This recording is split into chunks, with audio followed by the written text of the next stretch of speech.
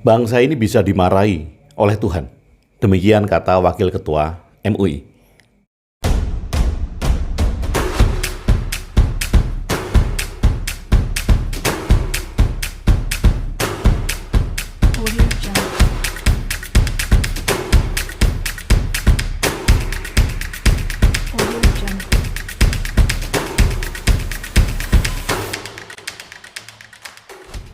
Sahabat Bahtera, tema kali ini memang terinspirasi dari berita yang menulis bahwa Wakil Ketua MUI mengatakan bangsa ini bisa dimarahi oleh Tuhan. Tetapi saya tidak akan membicarakan dari sisi keyakinan, karena kalau di berita tersebut, kenapa kok Wakil Ketua MUI mengatakan bangsa ini bisa dimarahi Tuhan? Konteksnya karena masjid ditutup selama PPKM. Nah, saya tidak akan membahas tentang masjidnya, saya tidak akan membahas tentang penutupan masjid. Kalau itu sebuah keyakinan, maka mereka yang menggunakan masjid tentu mempunyai hak untuk memakai masjid masing-masing. Nah, saya akan mengulas tentang kalimat bangsa ini akan dimarahi oleh Tuhan. Dari sisi kalimat, bangsa ini akan dimarahi oleh Tuhan, tentu yang mengemukakan kalimat tersebut mempunyai keyakinan bahwa Tuhan bisa marah. Tuhan bisa memberikan hukuman. Tuhan bisa memberikan laknat. Entah itu berupa bencana, entah itu berupa kesialan, entah itu berupa kemalangan-kemalangan yang akan diterima oleh sekelompok bangsa, masyarakat yang dinyatakan bahwa dia sedang dimarahi oleh Tuhan. Di video-video sebelumnya tentang filsafat ketuhanan, saya juga sudah mengemukakan sebuah pandangan bahwa Tuhan tidak pernah marah. Tuhan tidak bisa marah. Atau bahkan yang lebih vulgar lagi, bahwa Tuhan tidak bisa memberikan perintah. Tetapi ini dalam konteks yang harus kita pahami lebih dalam. Apa sih yang dinamakan perintah Tuhan? Apakah sih yang dinamakan kemarahan Tuhan? Oke, kalau saya mengatakan bahwa Tuhan akan marah bila kamu melakukan sesuatu hal yang saya anggap melanggar perintah Tuhan sesuai dengan apa yang saya yakini. Nah, sedangkan orang yang saya beritahu tadi bahwa Tuhan akan marah kalau kamu dan kita semua tidak menjalankan perintah-perintah sesuai dengan Tuhan dari apa yang saya yakini. Padahal orang yang saya ajak bicara meyakini Tuhan yang berbeda dan meyakini instruksi Tuhan yang berbeda pula. Misal, kalau contohnya tadi adalah penutupan masjid, contoh. Kemudian disamakan instruksinya, ada penutupan gereja, penutupan dalam arti bahwa di dalam kurun waktu tertentu tidak dipakai karena alasan penyebaran COVID-19. Nah, kalau semua hal dilakukan sama, entah itu masjid, gereja, pura, wihara, kelenteng, dan segala macam, kita tentu harus menilai ulang kalimat bahwa Tuhan akan marah kepada bangsa ini. Seperti kalimat tadi, bila saya mengatakan kepada teman saya yang tidak seiman dengan saya, yang keyakinan akan Tuhannya tidak sama dengan saya, tentu mereka mempunyai sebuah keyakinan yang lain. Apa sih tentang kemarahan Tuhan tersebut? Kalau misalnya orang masuk ke rumah saya harus dengan kaki kanan.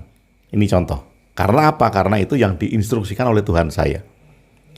Kemudian ada teman saya bertamu ke rumah saya, dia masuk dengan kaki kiri. Lalu saya bilang sama teman saya, kalau masuk rumah saya, kaki kanan dulu, karena kalau tidak kamu akan dimarahi oleh Tuhan. Nah, tentu ini tidak berlaku bagi dia. Kenapa? Karena dia tidak yakin dengan keyakinan yang sama dengan saya. Bagi dia, masuk rumah dengan kaki kanan dan kaki kiri boleh-boleh saja, tidak masalah. Karena itu adalah keyakinan yang diyakini, yang menurut dia itu juga instruksi dari Tuhannya. Jadi kita kadangkala menggeneralisasi bahwa semua orang, semua makhluk hidup itu harus sesuai dengan apa yang kita yakini.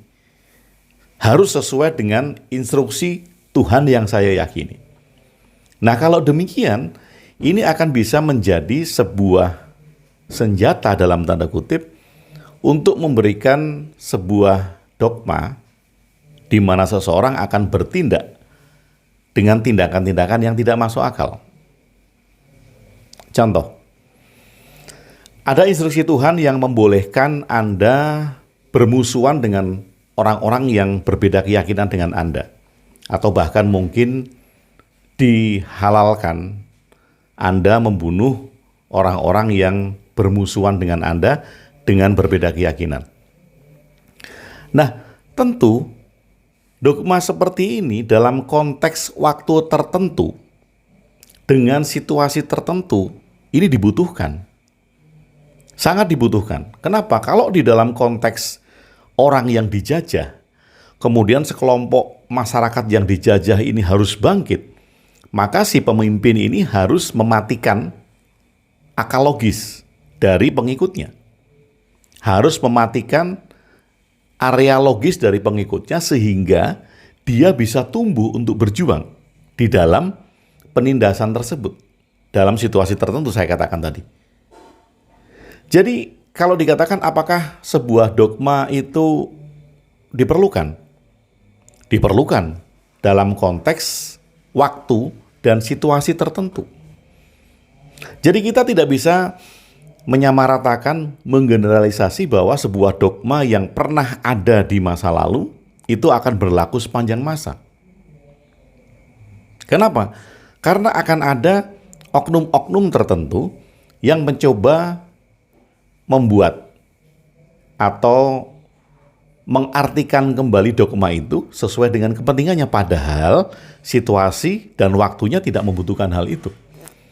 Nah, sekarang kalau kondisi negara Anda itu aman-aman saja, kondisi bangsa Anda aman-aman saja, tapi kemudian hanya karena kelompok-kelompok tertentu itu ingin menggulingkan pemerintahan di negara Anda, dia akan sangat bisa sekali membuat atau menggunakan dogma-dogma lama yang seolah-olah itu diperlukan pada masa yang sesungguhnya itu adalah aman-aman saja. Nah, konteks ini yang banyak tidak kita pahami, bahwa perintah Tuhan ini adalah kontekstual.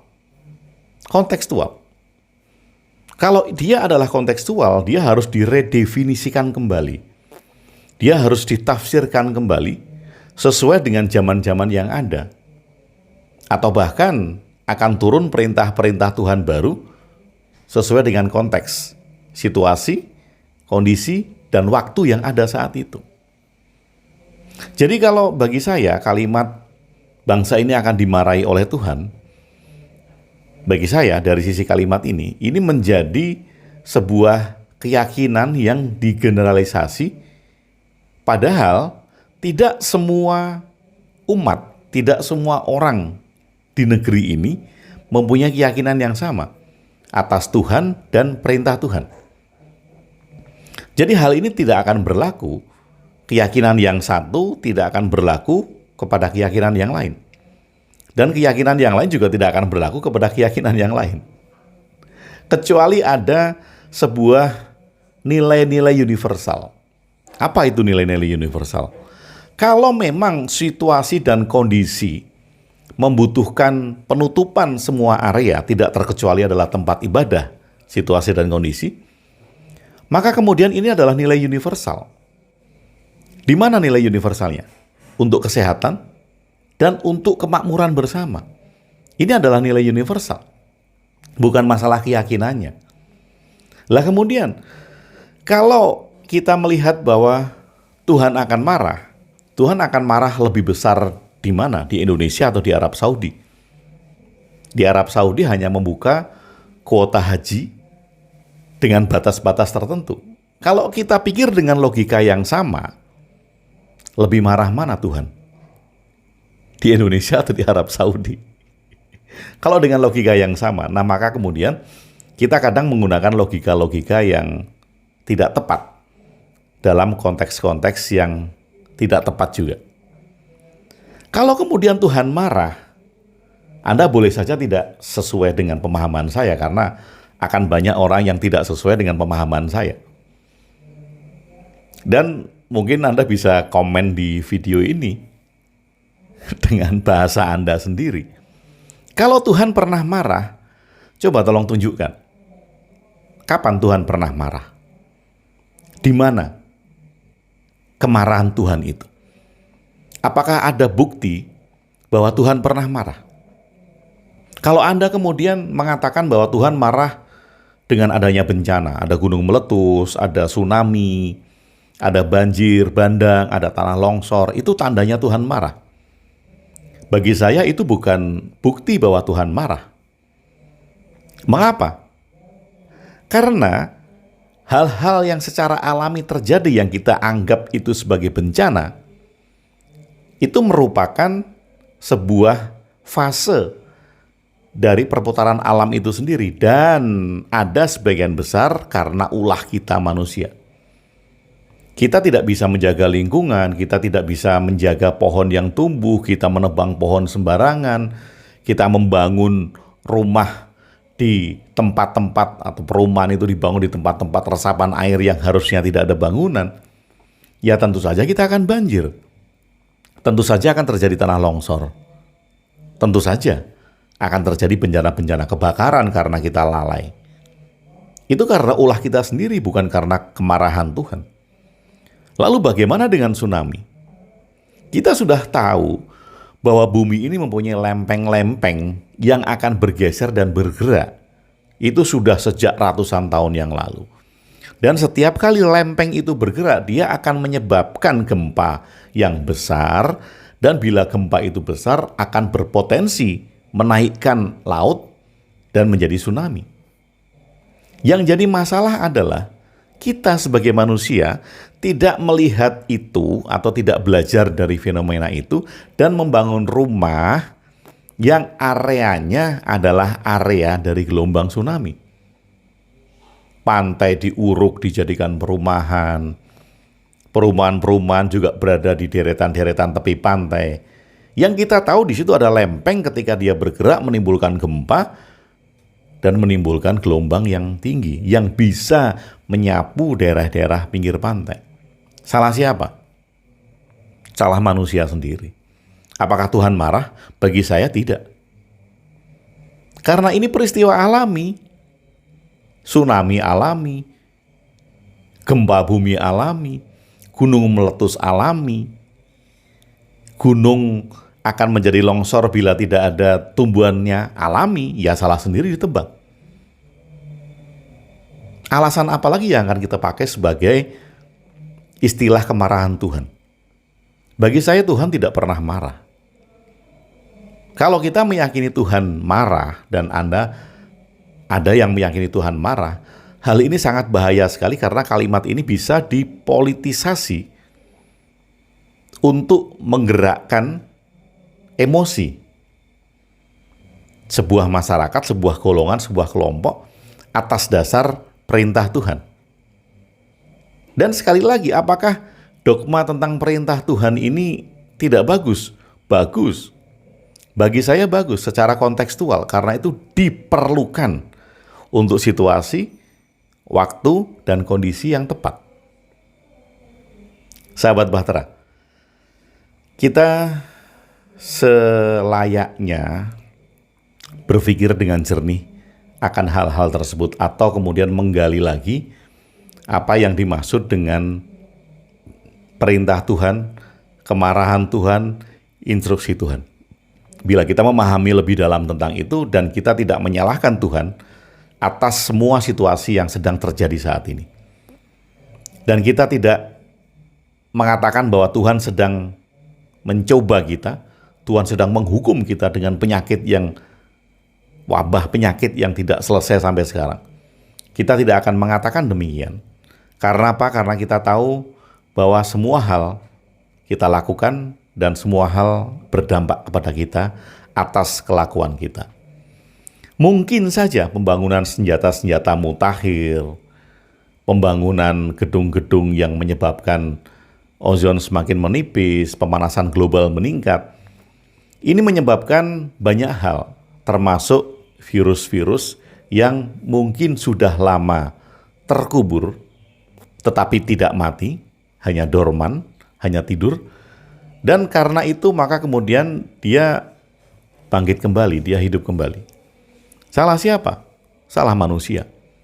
Kita sama sekali tidak belajar dari sejarah-sejarah masa lalu yang bisa kita pelajari untuk kemakmuran kita.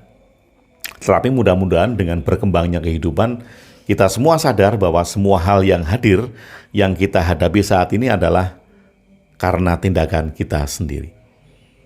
Untuk itulah, mari sahabat Bahtera, selalu ciptakan hal-hal yang baik, berpikir yang baik, berperasaan yang baik, dan otomatis akan lahir tindakan-tindakan yang baik. Dengan begitu kita menciptakan dunia yang makmur dari lingkungan kita yang paling kecil.